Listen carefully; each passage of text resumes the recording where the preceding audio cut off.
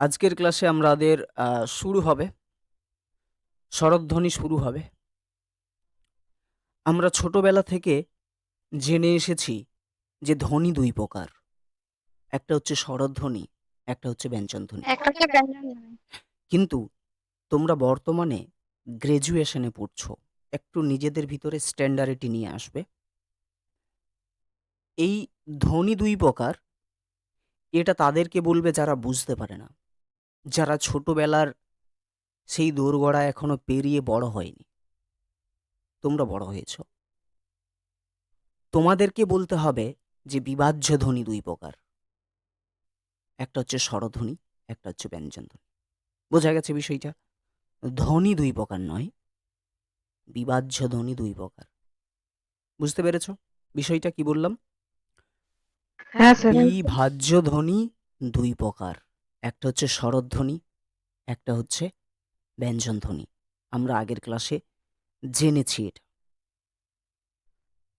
আজকের ক্লাসে আমরা জানব ওই বিভাজ্য ধ্বনি দুই প্রকারের ভিতরে প্রথমে যে ক্যারেক্টারটা রয়েছে, স্বরধ্বনি, এই সম্পর্কে।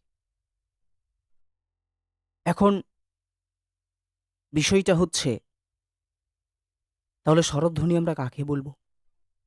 আমরা বাকযন্ত্র জেনেছি, আমরা বাকযন্ত্রের বিভিন্ন অঙ্গ প্রত্যঙ্গের সম্পর্কে আমরা জেনেছি, কোনটা সক্রিয় কোনটা নিষ্ক্রিয়, কিভাবে বাকযন্ত্র কাজ করে, কিভাবে ধ্বনি উৎপন্ন হয়, আমরা জেনেছি। আমরা জেনেছি ফুসফুস তার নিজস্ব কাজ করতে গিয়ে বাকযন্ত্রকে প্রচণ্ড পরিমাণে হেল্প করে ধ্বনি উৎপন্ন করার জন্য। ফুসফুস বাতাস নেই এবং বাতাস ছাড়ে, ফলে মানুষ যেমন বেঁচে থাকে ঠিক সেরকম মানুষ কথাও কিন্তু বলতে পারে। তো ফুসফুস থেকে বাতাস বার হয়। তো ফুসফুস থেকে বাতাস বার হওয়ার পর মুখ বিবরে বা মুখ গহরে বা বাকযন্ত্রের কোনো অংশে যদি বাধাপ্রাপ্ত না হয়, তখন তাকে আমরা বলি স্বরধ্বনি। তোমরা ছোটবেলায় পড়ে এসেছো দে ধ্বনি নিজে নিজেই উচ্চারিত হতে পারে, তাই তো? এটাই তো আমরা জেনে এসেছি, অন্য কারো সাহায্য হ্যাঁ নেই স্যার। না। এটা ছোটবেলার। কিন্তু বর্তমানে আমরা যেটা লিখব যে স্বরধ্বনি কাকে বলে, তখন আমরা লিখব যে যে সমস্ত ধ্বনি উচ্চারণ করার সময় ফুসফুস থেকে নির্গত শ্বাসবায়ু বাকযন্ত্রের কোনো স্থানে বাধা পায় না, সে বিন্দাস বেরিয়ে যেতে পারে, তাকে বলা হয় স্বরধ্বনি। অর্থাৎ যে সকল ধ্বনি উচ্চারণ করার সময় বাকযন্ত্রের কোনো স্থানে বাধা পায় না, তাকে আমরা বা সেগুলোকে আমরা স্বরধ্বনি বলতে পারি। এটা পরীক্ষাতে লিখতে পারো, অন্যভাবে চাইলে অন্যভাবেও লিখতে পারো। ফুসফুস থেকে নির্গত শ্বাসবায়ু মুখগহ্বর থেকে বেরিয়ে আসার সময় বাকযন্ত্রের কোনো স্থানে বাধাপ্রাপ্ত না হয়ে যেসব ধ্বনি উচ্চারিত হয় সেই সমস্ত ধ্বনিকে স্বরধ্বনি বলা হয়। যেটা সহজ মনে হবে, আমার মনে হয় সহজ এটাই, যে যে সমস্ত ধ্বনি উচ্চারণ করার সময় বাকযন্ত্রের কোনো স্থানে বাধাপ্রাপ্ত হয় না, তাকেই বলা হয় স্বরধ্বনি। আরও একটু স্ট্যান্ডার্ড যদি করার থাকে তো এইটুকু অংশটা লিখে দিও, যে যে সমস্ত ধ্বনি উচ্চারণ করার সময় ফুসফুস থেকে নির্গত শ্বাসবায়ু বাকযন্ত্রের কোনো স্থানে বাধা পায় না, তাকে আমাদের স্বরধ্বনি বলা হয়।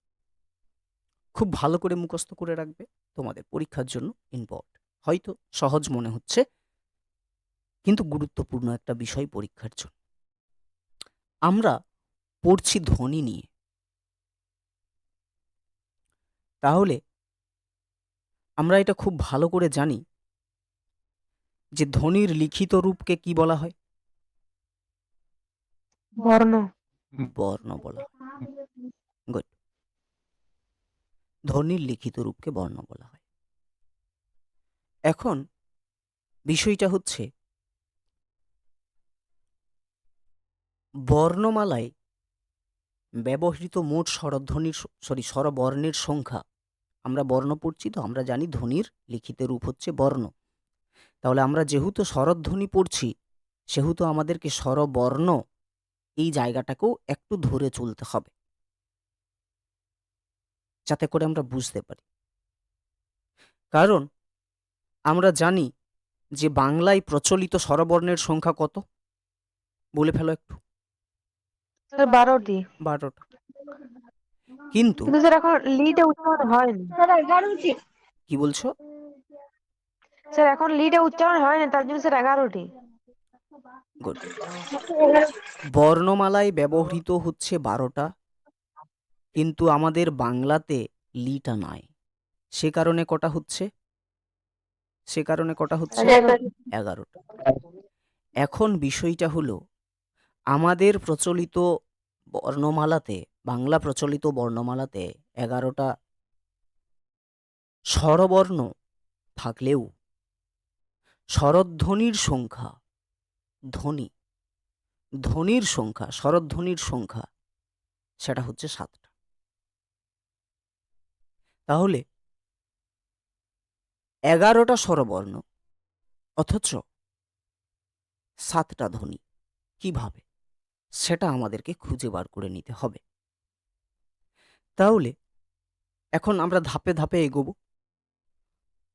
বর্ণমালাতে ব্যবহৃত মোট স্বরবর্ণের সংখ্যা হচ্ছে 12টা।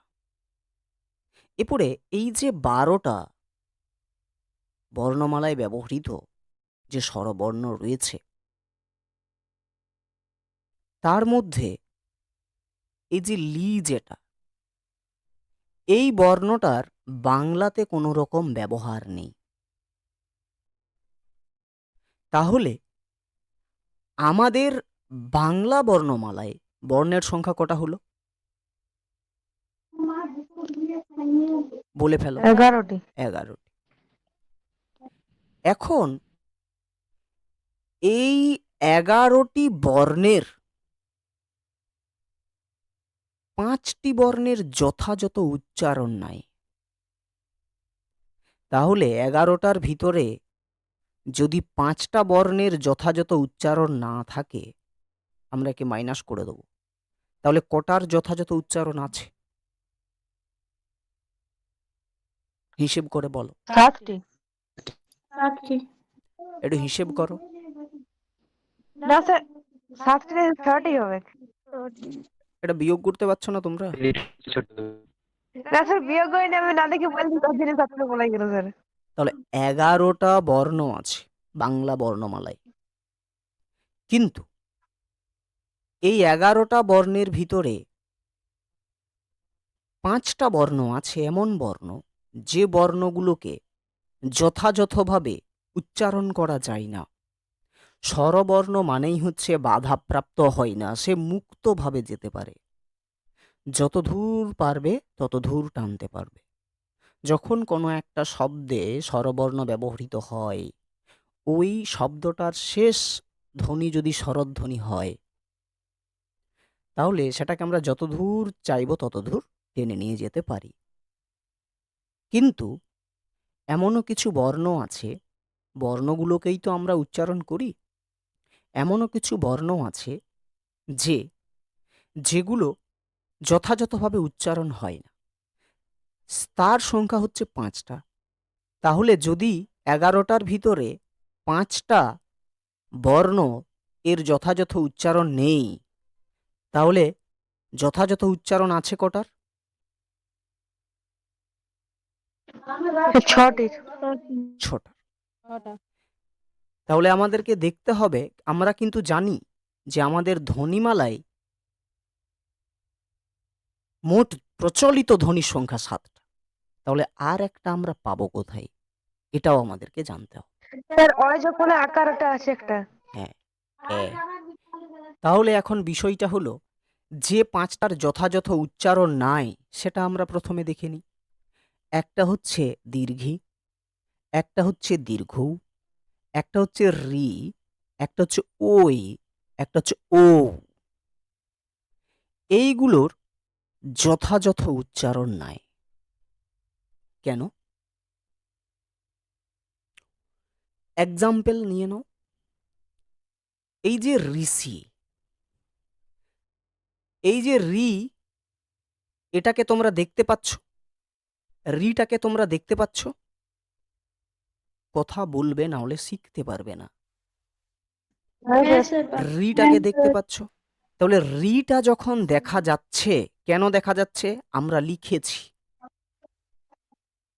হ্যাঁ স্যার এরপরে লিখেছি মানেই যেটা দৃষ্টিগ্রাহ্য, যেটাকে আমরা দেখতে পাই, সেটা হচ্ছে বর্ণ।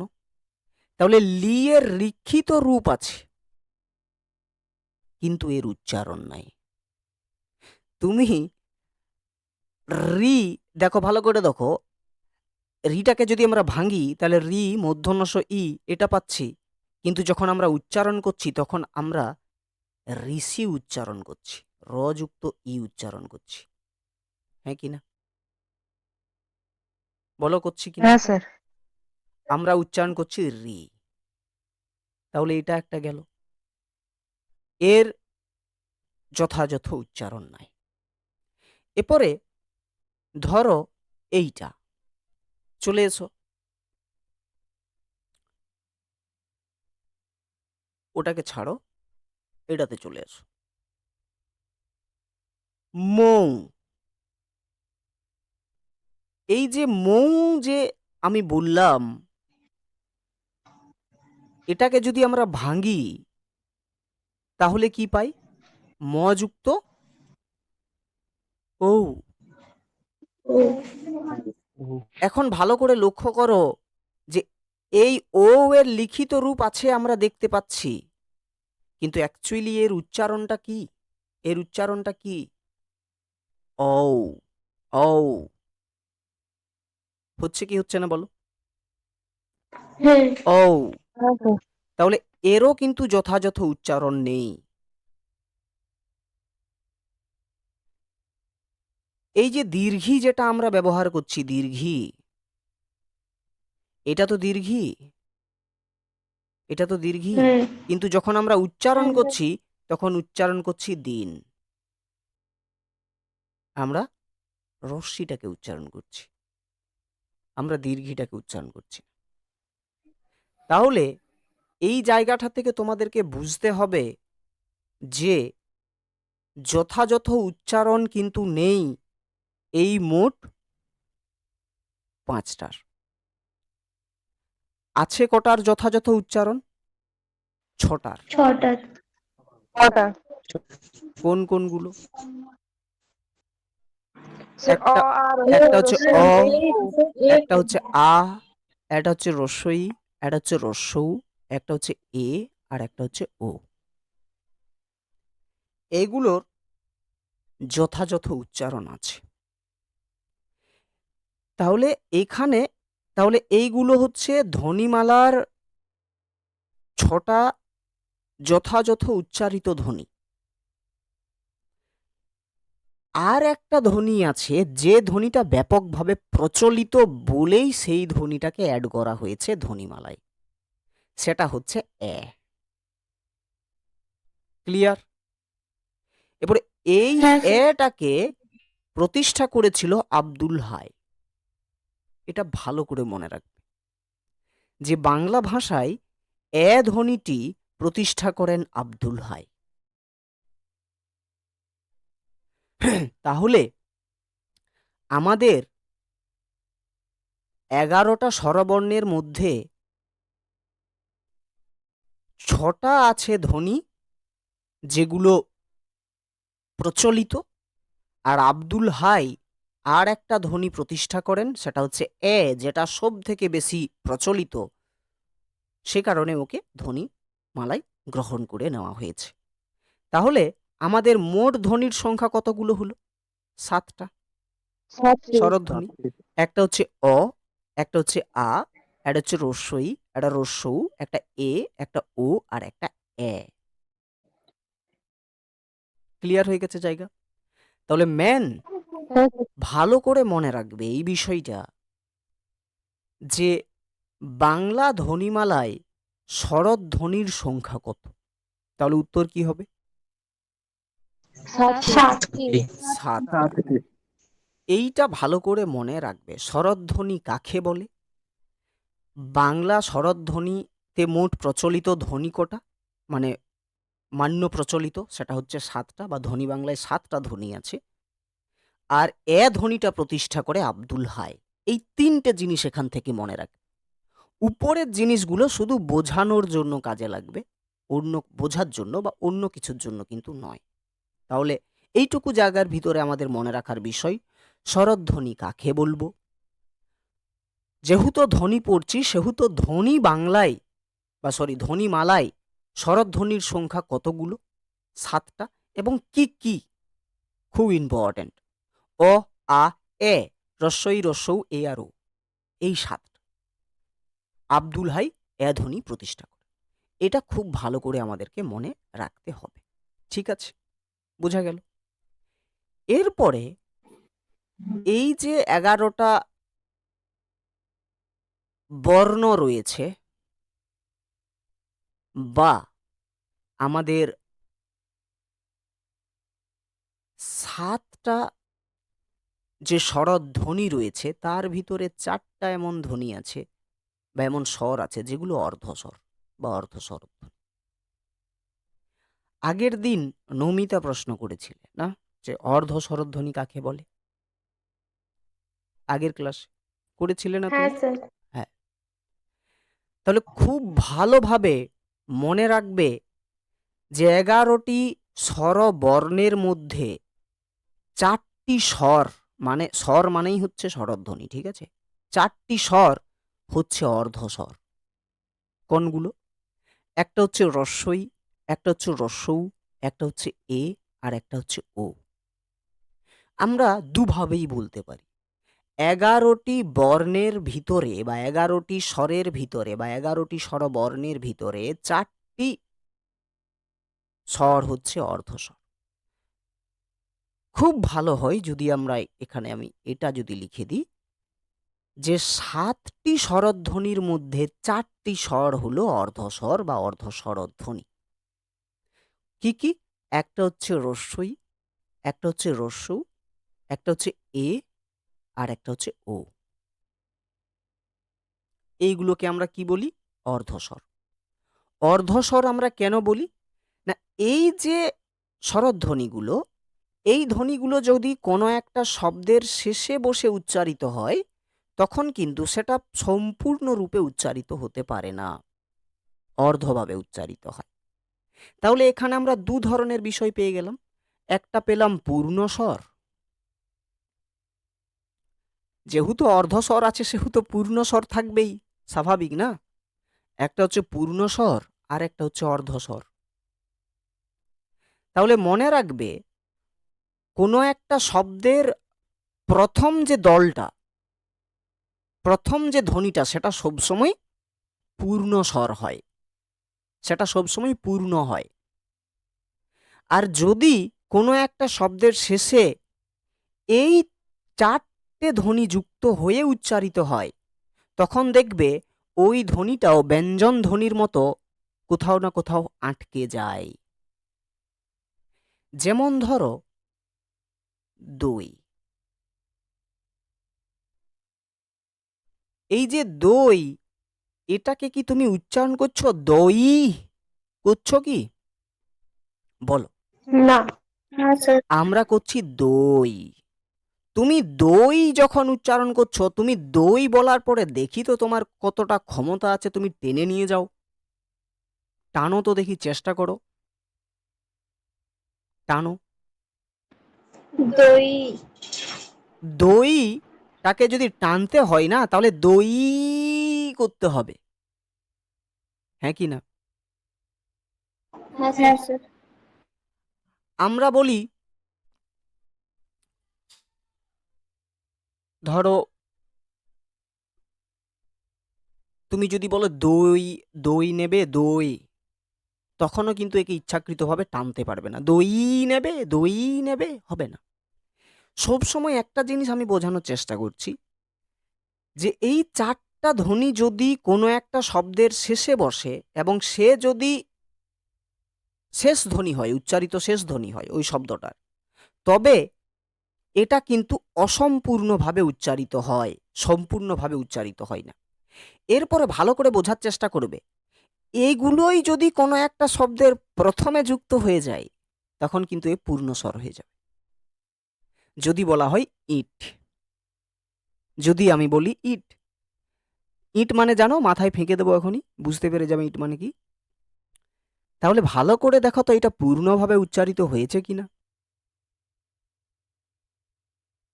লাও উচ্চারণ করো, করো উচ্চারণ। ইট, হ্যাঁ হচ্ছে। তুমি ইট, তখন দেখো পূর্ণভাবে উচ্চারণ হচ্ছে। আমরা যেটা ই বলি সেটা ইয়েই উচ্চারণ হচ্ছে। ই এর সাথে কি কোনো কিছু আসছে? ইট কোনো কিছু আসছে? আসছে না। অন্য কোনো না। স্বরধ্বনি নিয়ে কি এ উচ্চারিত হচ্ছে? হচ্ছে না। কিন্তু যখনই দই বলছি তখন দয়ের সাথে ওই উচ্চারিত হচ্ছে, ওই, দই, দই, ওই, ওই। এবং কি হচ্ছে বলো তো, এটা অর্ধভাবে উচ্চারিত হচ্ছে, পূর্ণভাবে উচ্চারিত হচ্ছে না। এটা হচ্ছে বড় ফান্ডা। দ্বিতীয় বিষয় দেখো, বউ, বউ, টানো বউটাকে। বউ, বউ। তুমি কি বউ স্যার বলছো? টানা যাবে ভালো না? করে দেখো, স্টপ স্টপ। চলুন। এর ধ্বনিটা কি? উ, উ। এটা মানে কি?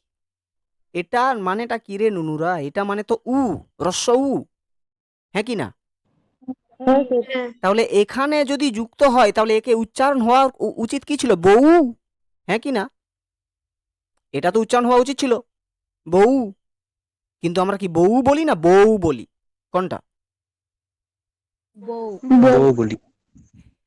এ এখানে অর্ধভাবে এবার একেই যদি প্রথমে করে দিই, চলে এসো উঠ, দেখো তো এই রস্যুটা রস্যুর মতো উচ্চারিত হচ্ছে কিনা, বলো হচ্ছে কিনা এবারে? হ্যাঁ হচ্ছে কি স্যার। হচ্ছে না? স্যার হচ্ছে। যদি আমি বলি, যদি আমি বলি এই ওটাকে নিয়ে, তাহলে দেখো যাও, যাও, ভালো করে দেখো তো, যাও উচ্চারণ করার সময় ওটা কি ভালো সেই রকম উচ্চারিত হচ্ছে নিজের মতো? দেখো ও অর্ধভাবে উচ্চারিত হচ্ছে, যাও, যাও। ও উচ্চারিত হচ্ছে সেখানে অরিজিনালি। আরে ফিল করবে তবে তো, মুখে বলবে তো, তুমি তো, তো লজ্জা কিসের তোমাদের? আমি তো বুঝতে পারছি না, লজ্জা যাও। করার কিছু নেই। এরপরে এই ওটাকেই যদি আমি সামনে নিয়ে চলে আসি, যদি আমি বলি ওল, দেখো তো ওটা পূর্ণ স্বর হলো কিনা। হ্যাঁ স্যার। হ্যাঁ স্যার। তাহলে হচ্ছে। সব সময় মনে রাখবে যে অর্ধ হ্যাঁ। স্বর একাকীভাবে কখনো দল গঠন করতে পারে না। এ কারো না কারো স্বরধ্বনির সহযোগিতা নেই। যেমন যাও, আও, আয়ের সহযোগিতা নিল, নিয়েছে, নিয়েছে তো। হ্যাঁ স্যার। যদি এখানে আর কোথায় ছিলাম, দই, ওই, ওই, ওয়েস ওয়েস সহযোগিতা নিয়েছে, এখানে নিয়েছে। তাহলে এ কখনো একা একা ভাবে দল গঠন করতে পারে না। এ পূর্ণ স্বরের সঙ্গে যুক্ত হয়ে যৌগিক, যৌগিক স্বর গঠন করে। এই যে যেমন বললাম, এই যে যেমন মু হিসেবে যদি আমি ধরি, এই যেমন বউ, ও, ও, ও, অয়, এই যে মানে স্যার একটা কোশ্চেন আছে। বলে ফেলো। আপনি ওইখানে আমাদেরকে ছন্দ অলংকারের যৌগিক স্বরধ্বনি মানে যৌগিক স্বরটা পড়িয়েছিলাম, মানে ওটাই হচ্ছে অর্ধ স্বরধ্বনি নাকি? ওটাকে, হ্যাঁ ওটাকে বলতে পারো, না বলবো নি, হ্যাঁ। কিন্তু যেহেতু যৌগিক স্বরধ্বনির আলাদা একটা ডেফিনেশন আছে সেহেতু আমরা আলাদা জায়গাতে যাব। আমরা এইটুকু জানি যে দুটো স্বর মিলে যেটা উচ্চারিত হয় সেটাকে আমরা কি বলি? যৌগিক স্বরধ্বনি বলি, তাই তো? জৈবিক স্বর। এখানে মেন বিষয় হচ্ছে যে স্বরটা এখানে দেখো, যে স্বর কোনো একটা শব্দের শেষে বসে অর্ধভাবে উচ্চারিত হয়, সম্পূর্ণভাবে উচ্চারিত হয় না, মানে সে আটকে যায়। স্বরধ্বনি মানে কি? স্বরধ্বনি মানেই হচ্ছে ও যদি শব্দের শেষে থাকে তাহলে তুমি ওকে যতটা পারবে ততটা বিনা বাধায় নিয়ে যেতে পারবে, তাই তো? হ্যাঁ কি না? হ্যাঁ, হ্যাঁ, কিন্তু যদি কোনো একটা স্বরধ্বনি শেষে থাকে আর সেটাকে তুমি যদি না নিয়ে যেতে পারছো, তাহলে নিশ্চয়ই ও স্বরটা কি হয়ে গেল? অর্ধ হয়ে গেল। স্বাভাবিক, কারণ তুমি অর্ধেক উচ্চারণ করতে পারলে। হ্যাঁ, যেমন দই, তুমি টানতে পারবে না, এর অরিজিনাল যে উচ্চারণ, একে আমরা টানতে পারলাম না, এই ব্যঞ্জন ধ্বনির মতো কোথাও না কোথাও একটা বাধা পেল, সে কারণে। তো এরা কি করে? এরা নিজস্ব দল গঠন করতে পারেন। যেমন ধরো আমি, আ হচ্ছে পূর্ণ স্বর, তাই তো? আ হচ্ছে পূর্ণ স্বর। দেখো আ নিজস্ব একটা দল গঠন করেছে, আ নিজস্ব একটা দল গঠন করেছে, হয়েছে।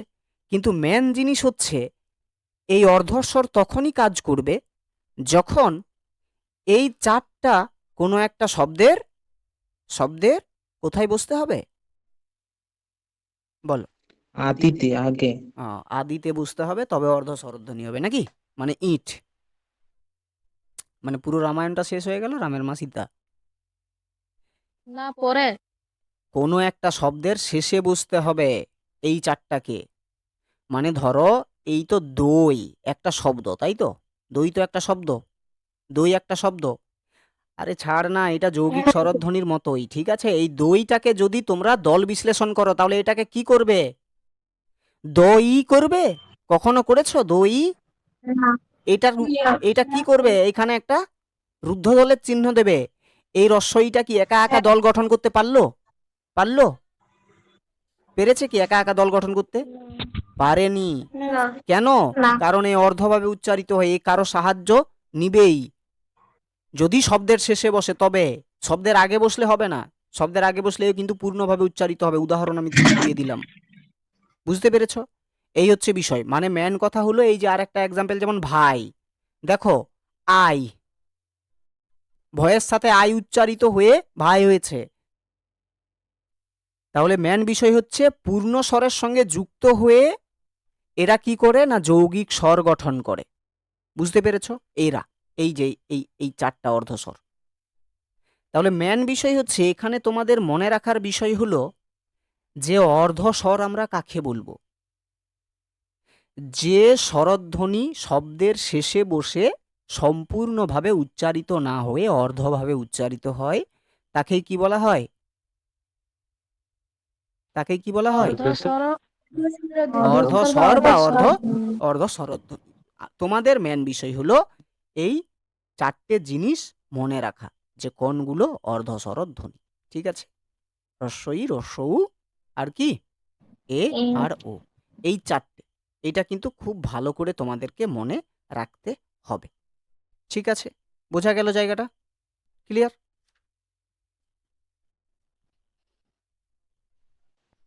বলো, ক্লিয়ার হয়েছে? হ্যাঁ স্যার। এরপরে চলে আসবো নিহিত স্বর। ছোট ছোট বিষয় এগুলো। এটা হচ্ছে আমাদের নিহিত স্বর। নিহিত স্বর আমরা কাকে বলবো, বা নিহিত স্বরধ্বনি আমরা কাকে বলবো? নিহিত স্বরধ্বনি বলা হয় অকে।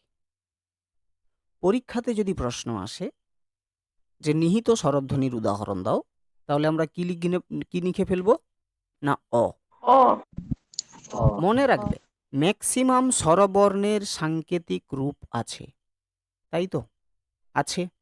ম্যাক্সিমাম ধ্বনির লিখিত রূপ আছে, যেমন হ্রস্ব উ, কথার কথা বলছি, এর লিখিত রূপ এটা, তাই তো? হ্রস্বই, এর লিখিত রূপ এটা। দীর্ঘই, এর লিখিত রূপ এটা। কিন্তু অয়ের কি কোনো লিখিত রূপ, এর কি কোনো মানে লিখিত রূপ বলছি, ভুল বললাম, এগুলো সাংকেতিক। হ্রস্ব উর সাংকেতিক হচ্ছে এটা, দীর্ঘির সাংকেতিক হচ্ছে এটা, রস্যির সাংকেতিক হচ্ছে এটা। কিন্তু অয়ের কি কোনো সাংকেতিক আছে? আয়ের সাংকেতিক হচ্ছে এইটা, না। আয়ের সাংকেতিক হচ্ছে এইটা, তাই তো? কোনো ইয়ের সাথে এইটা এর সাংকেতিক।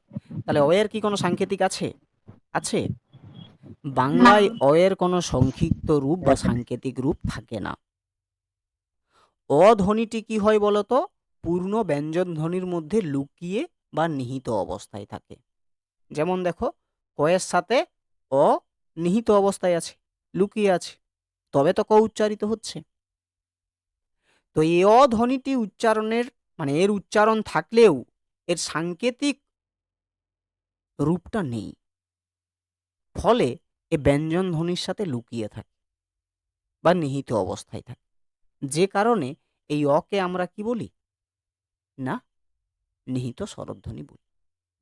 যদি পরীক্ষাতে প্রশ্ন আসে যে নিহিত স্বরধ্বনি কাকে বলে, তখন আমরা এইভাবে লিখব যে অ ধ্বনিটির উচ্চারণ থাকলেও এর সাংকেতিক রূপ নেই, ফলে অ ধ্বনিটি ব্যঞ্জন বর্ণের সাথে লুকিয়ে উচ্চারিত হয় বা লুকিয়ে অবস্থান করে বা নিহিতভাবে অবস্থান করে।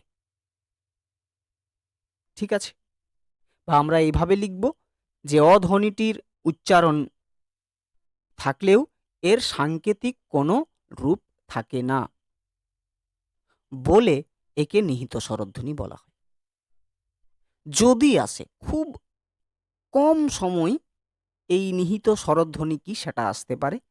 নিহিত মানে হচ্ছে লুকিয়ে থাকা, আর একজনেই লুকিয়ে থাকে সেটা হচ্ছে অ, কারণ এর নিজস্ব কোনো সাংকেতিক রূপ নেই। কোনো চিহ্ন দ্বারা অকে আমরা আইডেন্টিফাই করতে পারি না, কিন্তু আকে আমরা নির্দিষ্ট একটা চিহ্ন দ্বারা আইডেন্টিফাই করতে পারি। তো যেহেতু অকে আমরা আইডেন্টিফাই করতে পারি না, সেহেতু ও কি করে না ব্যঞ্জন বর্ণের সাথে লুকিয়ে থাকে। আরো সহজ করে যদি বলা হয়, যে ধ্বনি বা যে স্বরধ্বনি ব্যঞ্জন বর্ণের সাথে যুক্ত হয়ে লুকিয়ে থাকে তাকে আমরা কোন ধ্বনি বলবো? নিহিত নিহিত স্বরধ্বনি। স্বরধ্বনি। স্বরধ্বনি। যেমন অ, কারণ এর সাংকেতিক বা লিখিত রূপ নেই, মানে সংক্ষিপ্ত রূপ নেই। বলো, ক্লিয়ার হয়ে গেছে জায়গাটা? এখানে এটা নিহিতটা ক্লিয়ার হ্যাঁ স্যার। সবার? হ্যাঁ স্যার। এইটা হচ্ছে সব থেকে মেন বিষয়, এইটা হচ্ছে সব থেকে মেন বিষয়। উচ্চারণের প্রকৃতি বা রীতি অনুসারে স্বরের বা স্বরধ্বনির শ্রেণী বিভাগ।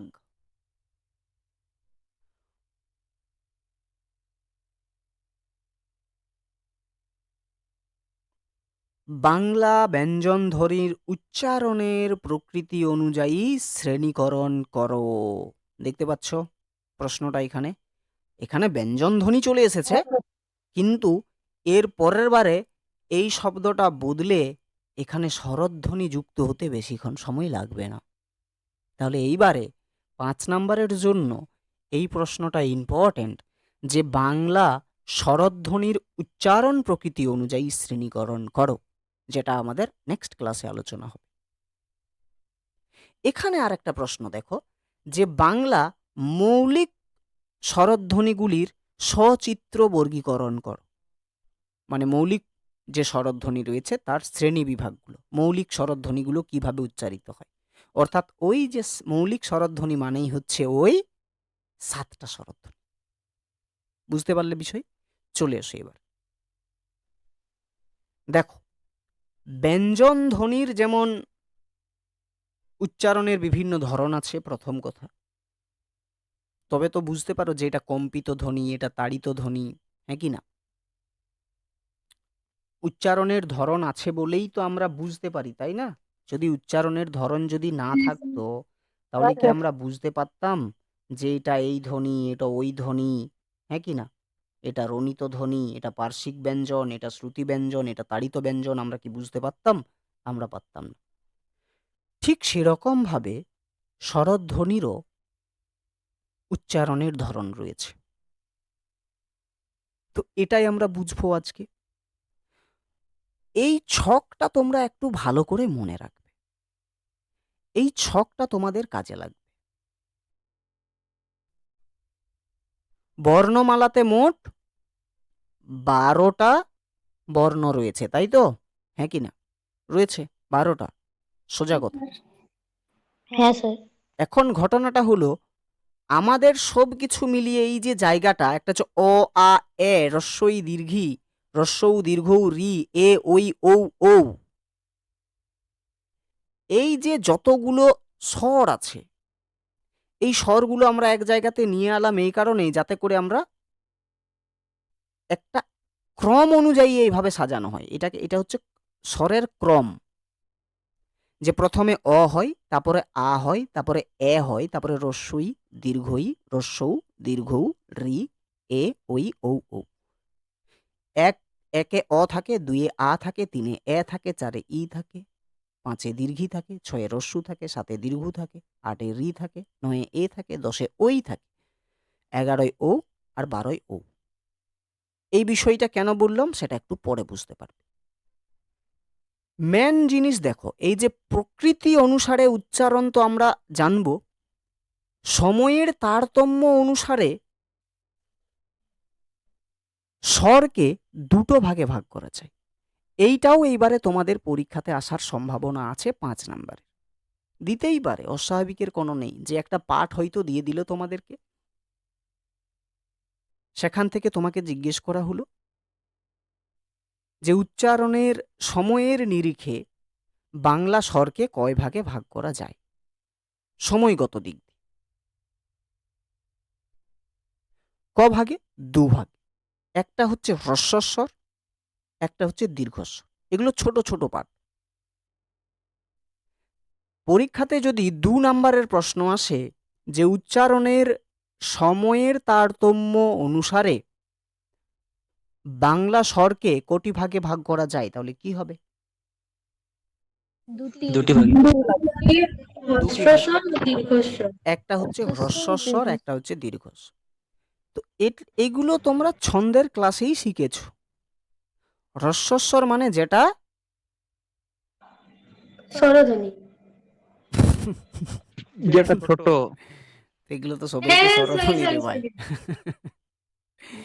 এটা তো মানে সবাই- স্যার যেটা উচ্চারণ করতে কম সময় লাগে, Good. ওটাই না? যেটা উচ্চারণ করতে কম সময় লাগে, শ্বাস বায়ু কম হয়, সেটা হ্রস্বস্বর। আর যেটা উচ্চারণ করতে বেশি সময় লাগে সেটা হচ্ছে দীর্ঘস্বর। ঠিক আছে? তাহলে এইটুকুটা মনে রাখার বিষয়, এইটুকুটা। সংজ্ঞা তো লিখে দিতে পারবে, কিন্তু আসলটা হচ্ছে এইটা, যে উচ্চারণের সময়ের তারতম্য অনুসারে বাংলা স্বরকে 2 ভাগে ভাগ করা যায়, বাংলা স্বরধ্বনিকে 2 ভাগে ভাগ করা যায়। একটা হচ্ছে হ্রস্বস্বর, একটা হচ্ছে দীর্ঘস্বর। মানে একটা হচ্ছে হ্রস্বস্বরধ্বনি, একটা হচ্ছে দীর্ঘস্বরধ্বনি। হ্রস্বস্বর কোনটা? না, যে সব স্বর উচ্চারণকালে হ্রস্ব বা কম সময় লাগে, বা খুব কম শ্বাস বায়ু ব্যবহৃত হয়, বা খুব কম শ্বাস বায়ু প্রবাহিত হয়, বা খুব কম শ্বাস বায়ুর যেমন স্যার প্রয়োজন হয়। অরস্বই, হ্যাঁ, রস্বই। গুড। তাদের হ্রস্বস্বর বল, যেমন দেখো অ বলার সময় নর্মাল বেরিয়ে যাচ্ছে, একদম স্লো। অ, ই, উ, রি, এইগুলো আমাদের হচ্ছে হ্রস্বস্বর। তাহলে যেমন অর্ধস্বর 4খানা, ঠিক সেই রকম হ্রস্বস্বরও কিন্তু 4খানা। একটা হচ্ছে অ, ই, হ্রস্ব উ, আর রি। এবারে দেখো, এখানে দেখো 1, 4, 6, 8। 1, 4, 6, 8। অ একটা হ্রস্বস্বর, হ্রস্বই একটা হ্রস্বস্বর, রস্যু একটা হ্রস্বস্বর, রি একটা হ্রস্বস্বর।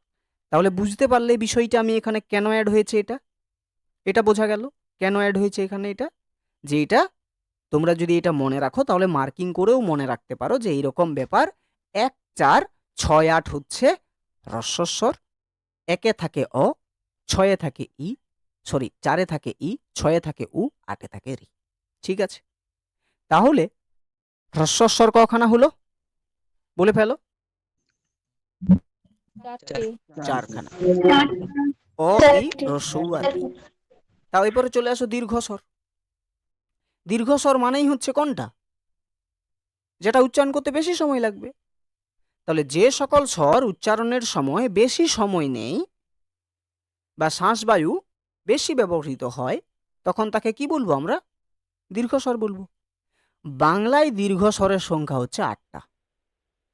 একটা হচ্ছে আ, একটা হচ্ছে এ, একটা হচ্ছে দীর্ঘী, একটা হচ্ছে দীর্ঘ, একটা হচ্ছে এ, একটা হচ্ছে ও, মানে ওই, একটা হচ্ছে ও আর একটা হচ্ছে ও। এই 8টা হচ্ছে কি স্বর? বলে ফেলো, এগুলো কি স্বর? দীর্ঘস্বর। এগুলো হচ্ছে আমাদের দীর্ঘ স্বর। অনেক জায়গাতে দেখবে এটাতে 7টা থাকে, কিন্তু 7টা নয়, যে জায়গাতে 7টা থাকে সেটাকে এটাকে নিয়ে চলে না বলেই 7টা হয়, কিন্তু আমাদেরকে একে নিয়ে চলতে হবে, যেহেতু আমাদের ধ্বনিমালায় একটা স্বতন্ত্র জায়গা। তাহলে মোট হচ্ছে 8টা দীর্ঘ স্বর, হচ্ছে 8টা। একটা হচ্ছে অ, সরি আ, এ, ই, দীর্ঘ উ, মানে দীর্ঘী এটা, এ, ওই, ও, ও। যদি তোমরা উচ্চারণ করো আম, তাহলে দেখো আম উচ্চারণ করার সময় আটা দীর্ঘ হচ্ছে কি হচ্ছে না একটু ভালো করে দেখো তো, একটু ভালো করে দেখো তো। হুম, একটু ভালো করে দেখো। যখন তুমি উচ্চারণ করছো, তখন উচ্চারণ করার সময় দেখবে আম বলছি, আম, আম। ইগল উচ্চারণ করার সময় ইগল, ওই আসে, তাহলে তো ওই তো এমনিতেই হলো, ওই, তাও হলো, এসো, এসো, এসো। মেন কথা হলো যে এই যে দীর্ঘ স্বর, এইগুলো হচ্ছে 8খানা। যেসব স্বরধ্বনি উচ্চারণের সময় বেশি সময় নেই সেগুলোকে দীর্ঘস্বর বলা হয়। আবার যদি একটু ডিপলি অ্যানালাইসিস করা যায়, তাহলে বাংলায় দীর্ঘস্বর বলে কিছুই নেই। বুঝতে পারলে বিষয়টা? এটাও কিন্তু একটা বিষয়। বাংলায় দীর্ঘস্বর বলে কিছুই নেই। কেন? ইটা হচ্ছে দীর্ঘস্বর, তাহলে আমি লিখব কি? নদী, তাই তো? আমি লিখব কি? নদী, হ্যাঁ কি না? এইভাবেই তো নদী বানান লিখি, হ্যাঁ কি না? বলে ফেলো আমাকে। স্যার। লিখি, হ্যাঁ স্যার। এটা হচ্ছে স্ট্যান্ডার্ড জায়গা। কিন্তু যখন আমরা উচ্চারণ করি তখন আমরা উচ্চারণ করি নদী। বলো তো কোথায় দীর্ঘ হলো? দীর্ঘি যেখানে ব্যবহার হয়েছে সেখানে কি আমাদের দীর্ঘি হয়েছে? আমাদের কি উচ্চারণটা সামনে গেছে? বলে ফেলো আমাকে, গেছে? আমরা না স্যার। দীর্ঘ উকে আমরা উচ্চারণ করি রস্যুর মতো। বলো করি কি করি না? হুম, হ্যাঁ। আমি যদি বলি কুল, কয়ে দীর্ঘ ল, তো ভাই কুলটাকে তুমি উচ্চারণ করো ওই কুলেই, কিন্তু তখন অ্যাকচুয়ালি উচ্চারণ হচ্ছে রস্যুটা। আমরা দীর্ঘ উচ্চারণ করি না এখানে, আমরা বলি না কুল, আমরা বলি কুল। তাহলে দীর্ঘটা কিন্তু রস্যুর মতোই আমাদের উচ্চারিত হয়, দীর্ঘিটা আমাদের রস্যির মতো উচ্চারিত হয়, হ্যাঁ কি না বলো?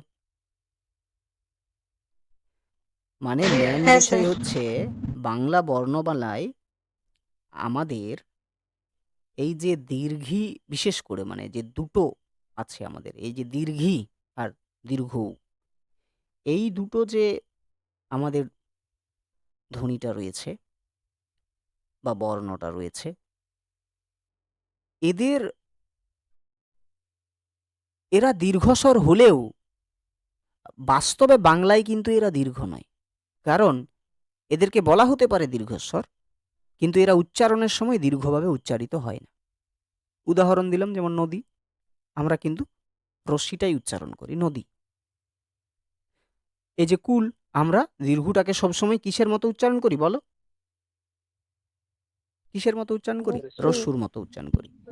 তাহলে সেই দিক দিয়ে আমরা বলতে পারি যে বাংলায় সাধারণত দীর্ঘ স্বরধ্বনি হয় না।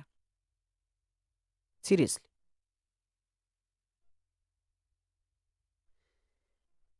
এই যে যদি বলি ঈগল, যেটা আমি একটু আগে বললাম ঈগল, দীর্ঘ ই গল, এটাই তো বানান, হ্যাঁ কি না? এটাই তো বানান। কিন্তু তুমি যখন হ্যাঁ স্যার। উচ্চারণ করো তখন তুমি উচ্চারণ করো ঈগল, হ্রস্ব ই গল, তাই তো? এইটাই তো উচ্চারণ করো, এটাই তো উচ্চারণ করো। হুম। হ্যাঁ।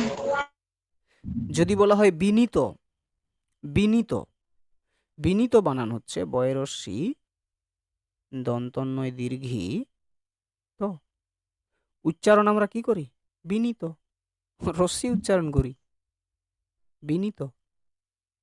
তাহলে যদি আমরা একটু ডিপ জায়গাতে যাই তাহলে আমরা লক্ষ্য করব যে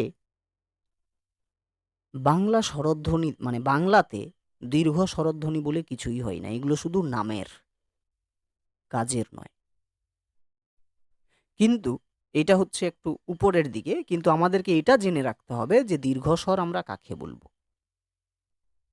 আমরা এটা জানলাম যে বাংলাতে দীর্ঘ স্বরধ্বনি হয় না, তার বিভিন্ন জন বিভিন্ন ডেফিনেশন দিয়েছেন, এবং আমি এই যে বাক্যটা মানে যেটা বললাম তোমাদেরকে, এটা আমার নিজের কথা নয়, এইগুলো মানে এই যে মন্তব্যটা, এই মন্তব্যটাকে সাপোর্ট করেছেন সুনীতি কুমার চট্টোপাধ্যায়, নির্ভুল বলেছে মোহাম্মদ আব্দুল হাই, পবিত্র সরকার, এত বড় বড় ভাষাতাত্ত্বিকরা এটাকে নির্ভুল বলে গণ্য করেছেন।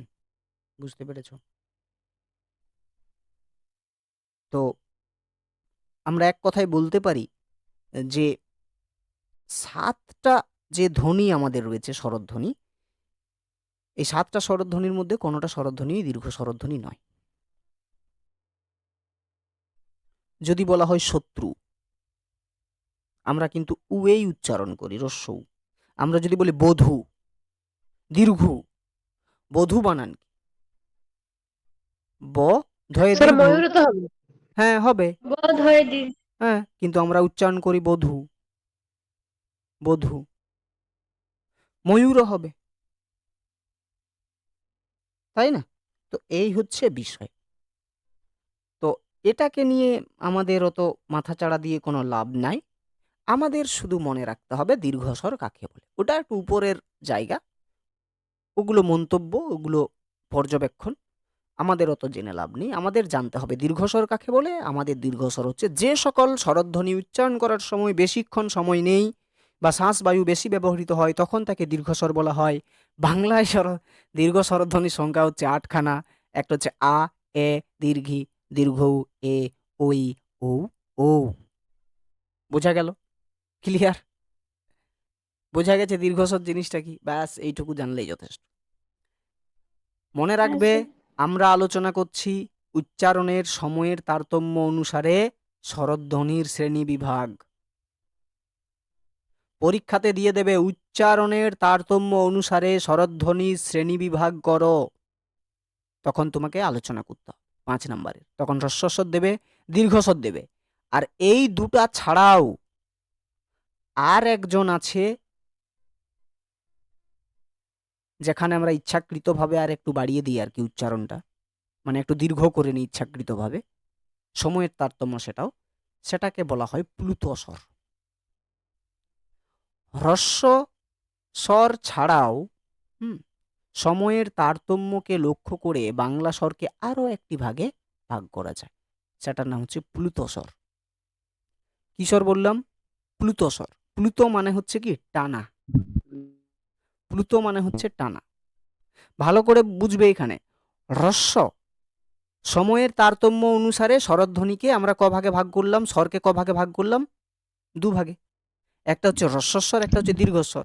এই হ্রস্বস্বর এবং দীর্ঘস্বর ছাড়াও সময়ের তারতম্যকে লক্ষ্য করে আর একটা মানে বাংলা স্বরকে আর একটা ভাগে ভাগ করা যায়, সেটার নাম হচ্ছে প্লুত স্বর। প্লুত মানেই হচ্ছে টানা। আমরা যখন নিজেদের অর্থ এবং ভাব অনুযায়ী কোনো ধ্বনিকে ইচ্ছাকৃতভাবে টেনে উচ্চারণ করি, তখন সেই ইচ্ছাকৃত টেনে টেনে উচ্চারিত স্বরটাকেই কি বলা হয়? প্লুত স্বর। প্লুত স্বর আমরা কখন ব্যবহার করতে পারি? গানে ব্যবহার করতে পারি। কান্নায় ব্যবহার করতে পারি। কেউ দেখবে বহু ভয়ঙ্কর কান্নাকাটি করছে, দূর থেকে কাউকে ডাকার সময় আমরা কি করি? আমরা বলবো, রামবাবু দাঁড়ান। কোনটাকে টেনেছো তুমি? ও রামবাবু। বাবুটাকে বাবুটাকে টানোনি, উটাকে টেনেছো। না, উল্টাকে পেয়েছে। ওটাকে বাদাম কাকা হাঁকিয়ে বলে, যদু হে, বাদাম নেবে? তাহলে দেখো, যদু হে এটাকে আমরা টেনেছি তো, যদু এ বাদাম নেবে? ছেড়ে দাও। বর্তমানের এক্সাম্পলে চলে আস। মাসির ছেলে, সবাই ভিডিও দেখো, কেমন উচ্চারণ করে বলে ফেলো, কেমন উচ্চারণ করে? বলো, জি, বলো তুমি বলো, বলো। তো এই যে ল তাকে দেখো এ বাড়াচ্ছে এখানে, কিসের জন্য? কারণ এটা হচ্ছে তার ইউনিক পয়েন্ট, যেটার জন্য সে ভাইরাল হয়েছে। মাসির ছেলে যদি না থাকতো, তাহলে ওই দুজনের, ওই যে দুজন যে আছে স্বামী স্ত্রী, ওদের কি কোনো গুরুত্ব ছিল? বা মানছি অ্যাক্টিং ভালো করে, কিন্তু ওদের দুজনকে আরো বেশি করে গুরুত্ব দিয়েছে যারা সাবস্ক্রাইব, যারা দর্শক, তারা ওই মাসির ছেলের জন্যই। কেন? কারণ ওই যে ওই শব্দটা উচ্চারণ করে, আর ওই শব্দটাকে আরো একটু বেশি করে ভাব দেই ওই মেয়েটা, স্বামীটা। কারণ ও দেখবে ওই ইয়েটাকে আবার রিপিট করে বল। তাহলে আমরা যদি, আমি না তোমাকে খুব ভালোবাসি, কোথায় টানটা দিলাম বলো? আমি তো খুব বললেও পারতাম, খুব।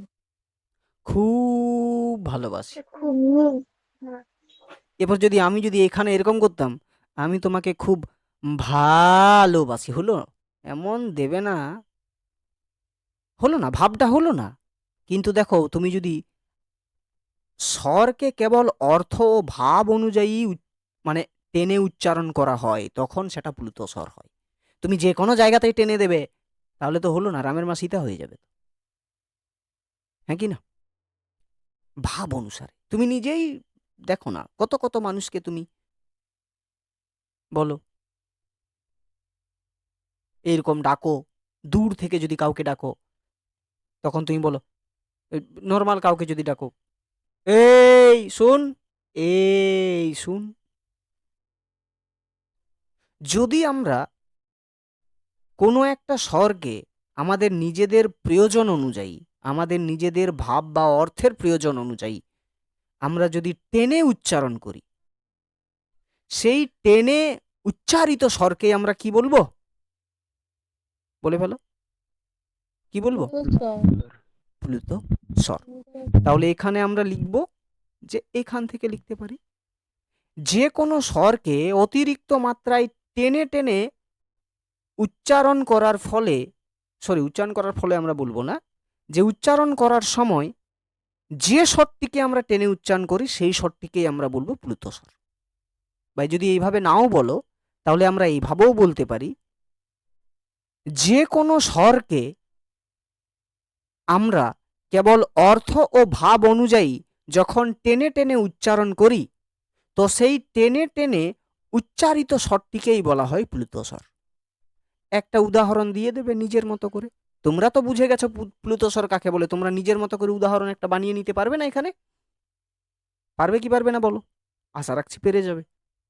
নিজের মতো করে একটা উদাহরণ বানাতে পারবে না? হ্যাঁ। পেরে যাবে। তাহলে তোমাদের পরীক্ষার জন্য এই প্লুত স্বর কাকে বলে, এটা ইম্পর্টেন্ট। এ কিন্তু মনে রাখবে, এ হ্রস্ব দীর্ঘের কোনো ভেদ আমরা দেখে না, ও কিন্তু নিজস্ব ভাব এবং অর্থ অনুযায়ী চলে। ঠিক আছে, নিজস্ব ভাব এবং অর্থ অনুযায়ী। তো মেন কথা হলো, প্লুত স্বর কাকে বলে এটা একটু ভালো করে মুখস্থ করে নেবে। প্লুত স্বর কিসে ব্যবহৃত হয়, কখন ব্যবহৃত হয়, মনে রাখবে গানে ব্যবহৃত হতে পারে, কান্নায় ব্যবহৃত হতে পারে, কান্দে, দূর থেকে কাউকে ডাকার সময় ব্যবহৃত হতে পারে, তাই না? তাহলে আমরা এত দূর অবধি যদি মনে রাখতে পারো তো খুবই ভালো, যে প্লুতো শব্দের অর্থ টান, অর্থাৎ গানে কান্নায় দূর থেকে কাউকে ডাকার সময়ে হ্রস্ব দীর্ঘ নির্বিশেষে, মানে হ্রস্ব দীর্ঘ না মেনে যে কোনো স্বরকে অতিরিক্ত মাত্রায় টেনে টেনে উচ্চারণ করা হয়, সেই টেনে টেনে উচ্চারিত স্বরকে প্লুতো স্বর বলা হয়। কিংবা এইভাবেও লিখতে পারে, যখন আমরা কোনো স্বরকে টেনে টেনে উচ্চারণ করি সেই টেনে টেনে উচ্চারিত স্বরকেই বলা হয় প্লুতো স্বর। এভাবে সহজ হয়েছে? এবারে সহজ হয়েছে। আমরা যে স্বরকে নিজেদের প্রয়োজন অনুযায়ী টেনে টেনে উচ্চারণ করি সেই টেনে টেনে উচ্চারিত স্বরকেই বলা হয় প্লুতো স্বর। বলো, এবারে সহজ হয়েছে ডেফিনেশনটা? এবারে সহজ হয়েছে? হ্যাঁ স্যার। ক্লিয়ার? অর্থাৎ যে স্বরকে আমাদের প্রয়োজন অনুযায়ী টেনে টেনে উচ্চারণ করি সেই টেনে টেনে উচ্চারিত স্বরকেই বলা হয় প্লুতো স্বর। বোঝা গেল? ক্লিয়ার? ক্লিয়ার হয়েছে জায়গা? হ্যাঁ স্যার। এখানে একটা লং কোশ্চেনের অ্যান্সার লুকিয়ে আছে, খাতাতে লিখে নেবে। এটার লং কোশ্চেনের অ্যান্সার আমি কিন্তু বানিয়ে পাঠাবো না, কারণ এখানেই এটাই উত্তর 5 নাম্বারের। 5 নাম্বারের উত্তর প্রশ্নটা হলো, খাতাতে লিখে রাখবে প্রশ্নটা, খাতাতে লিখে রাখবে প্রশ্নটা। উচ্চারণের সময়ের তারতম্য অনুসারে বাংলা স্বরধ্বনিকে কয় ভাগে ভাগ করা যায় আলোচনা করো। তাহলে হ্রস্বস্বর দীর্ঘস্বর এইটা লিখে দেবে, এগুলো দিয়ে দেবে, যা আছে তেমন এটা দিয়ে দেবে, এগুলো দিয়ে দেবে। মানে এইগুলো দিও না বাপ আমার, তখন এইগুলো, এটা তোমাদের বোঝানোর জন্য দেওয়া আছে, ঠিক আছে? মানে তোমরা এইভাবেও মনে রাখতে পারো, সেই মনে রাখার জন্য এই ছকটা দেওয়া। ওকে? তারপরে এই দুটো যখন হয়ে যাবে তারপরে লিখবে যে এই হ্রস্ব এবং দীর্ঘ ছাড়াও সময়ের তারতম্যকে লক্ষ্য করে আর একটা স্বর রয়েছে, সেটা হচ্ছে আমরা বলি প্লুতো স্বর। তারপরে এরকম প্লুতো স্বর মার্ক করে এইটা পুরোটা লিখে দিবে, ঠিক আছে? এত দূর অবধি একটা উদাহরণ দিয়ে এত দূর অবধি লিখে দেবে, ঠিক আছে? তাহলেই অ্যান্সার কমপ্লিট। বোঝা গেল জায়গাটা? বোঝা গেছে বিষয়? ক্লিয়ার? হ্যাঁ স্যার। ক্লিয়ার বাবুরা? তোমরা চুপ দিয়ে থাকলে আমি বুঝতেই পারি না কি বুঝতে পারছো কি পারছো না। হ্যাঁ স্যার। এর পরের ক্লাসে আমাদের আসল জায়গাটাতে আসবে, সেটা হচ্ছে এইখানে যেটা প্রশ্নটা এসেছিল, বাংলা ব্যঞ্জনধ্বনির উচ্চারণ প্রকৃতি অনুযায়ী শ্রেণীকরণ। নেক্সট ক্লাসে আমাদের আলোচনা হবে বাংলা স্বরধ্বনির উচ্চারণ প্রকৃতি অনুযায়ী শ্রেণীকরণ।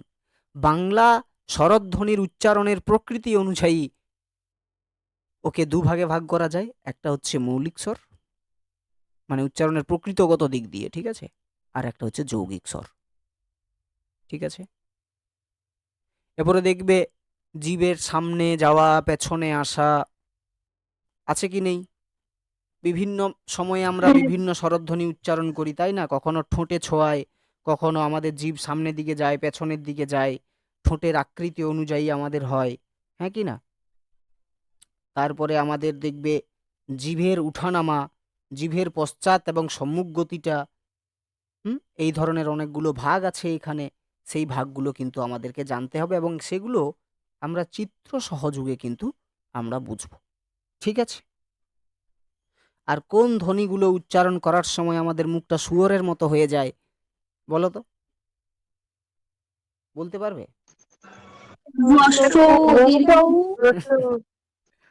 হ্যাঁ বলো। দীর্ঘ। এরকম ভাবে মনে রাখবে যে আমরা এখন শুয়োর হতে চলেছি 2 দিন পরে, মানে কালকে, নেক্সট ক্লাসে। ই, রস্যৌ, দীর্ঘৌ, ও। হুম ও হবে। ও হবে। ও ও কেন হবে নি? হবে। এখন মেন বিষয় হলো যে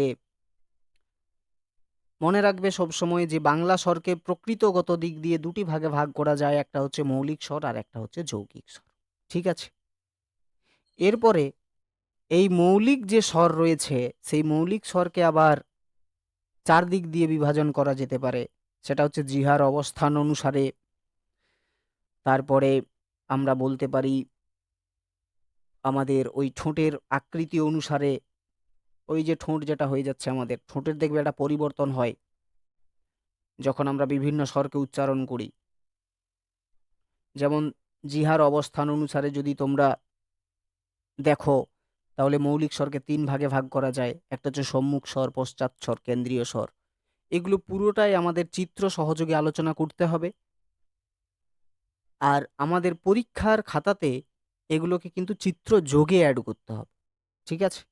এই জিনিসটা মনে রাখবে। এই চিত্রটা যখনই তোমাদের সামনে নিয়ে চলে আসবো, ঠিক আছে, চিত্রটা যখনই নিয়ে চলে আসবো তখনই তোমরা খুব ভালো করে বুঝতে পারবে যে এখানে থাকে ই, এখানে থাকে উ, এখানে থাকে এ, এখানে ও, আর এইখানটাতে আমাদের কেন্দ্রীয় স্বরধ্বনি, এটা হচ্ছে কেন্দ্রীয় মেন জায়গাটা, সেটা হচ্ছে আ।